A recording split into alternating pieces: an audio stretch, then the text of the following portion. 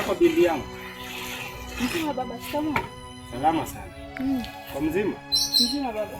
Ulisema mumeo atakuja kufuata hapa nyumbani mpaka sasa hivi hajaja. Kwani ulimkosea? Hapana baba, sikumkosea hata. Maana kumepita muda au ni nini kilitokea kule? Baba, ndoa yangu ina mashaka sana.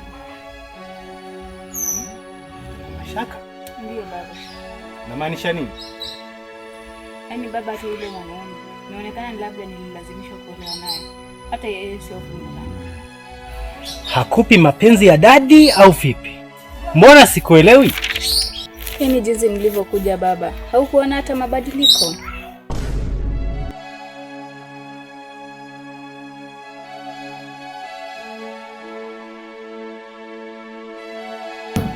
Mke wangu, yaani mimi naingia na wewe nipokea. Sinaongea na wewe.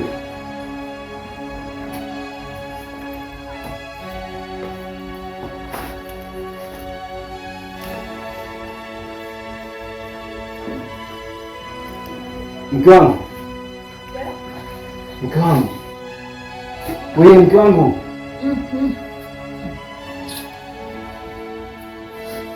Mke wangu. Mbona unaona kama uko na mawazo? Hayo mawazo wewe ndio unayaleta. Unayaleta kivipi? Yaani unaondoka hapa bila kuaga. Unaenda, alafu unarudi bila chochote mkononi. Kweli? Nisikize mke wangu. Ina maana hata unionee hata huruma. Yaani mimi napambana huko nje kwa ajili yako. Ingawa hata sifaulu, lakini najua ipo siku Mungu atafanya imara mpaka nipate. Huruma? Wanaume ni wako na huruma kweli wewe? Nionee huruma tu tafadhali. Ama kweli wewe mwanaume ovyo. Yaani kweli wewe mwanaume ndio wako na huruma? Sasa surely mwanaume unafaa upambane. Amka upambane ili mkao apate chochote kitu. Si kusema ati nikuonee huruma. Nikuonee huruma wewe? Mimi nikakuonea wewe huruma? Ama kweli uvivu tu. Mke wangu, unajaribu kumaanisha nini? Wakati mimi nimepambana kwa ajili yako. Ili hali sijafanikiwa, lakini najua kesho nitafanikiwa. Yaani wewe mwanaume ni mpumbavu kweli. Yaani wewe mwanaume ni mpumbavu kiasi gani? Yaani kweli wewe ni mpumbavu kweli. Sasa unanitukana kwani mimi sure. Unawezaje kunitukana namna hii? Yaani wanaume wenzio wako kuve mtaani wanapambana kwa ajili ya wanawake zao. Lakini wewe upo hapo uende utembee urudi uniambie tumetoka kupambana. Sio kwa nini nimetoka kupambana? Kwani hata nikosa kukuja na kitu. Wewe mwanaume ni mpumbavu tena mpumbavu uliochanganyikiwa akili miaka. Mke wangu, tatizo nini? Wewe ni mpumbavu kweli. Yaani baba, au nitazame hata nilivyokuwa. Nikitoka hapa hivi nyumbani siku ajizi nilivyorudi.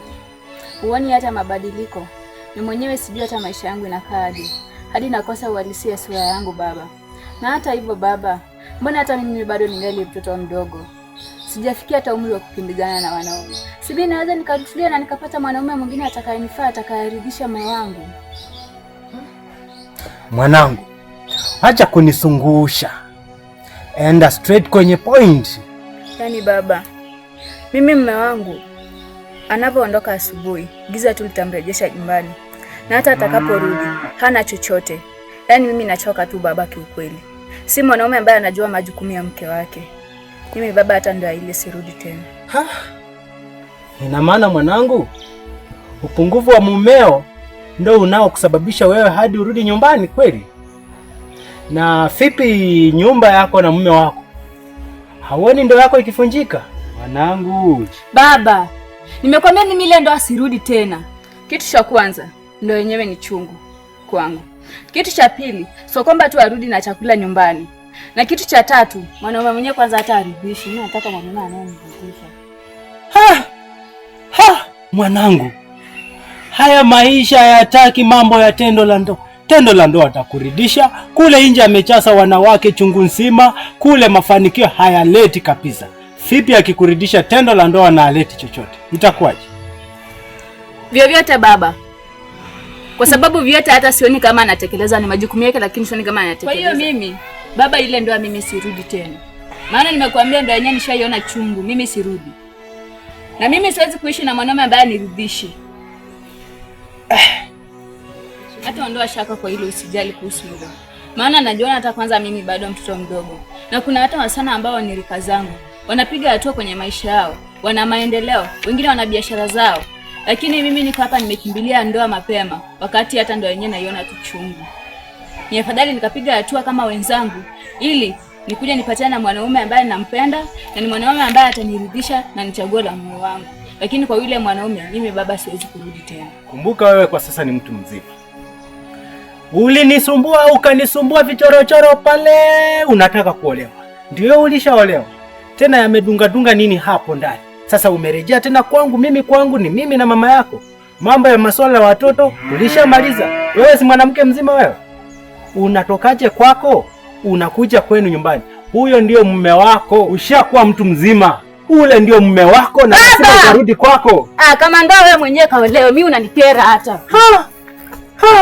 Watoto wa siku hizi jamani wanawafokea baba yao namna hii kweli? Kweli jamani nimezaa huyu mimi? Kweli watoto wa siku hizi dharau kwa wazazi wao?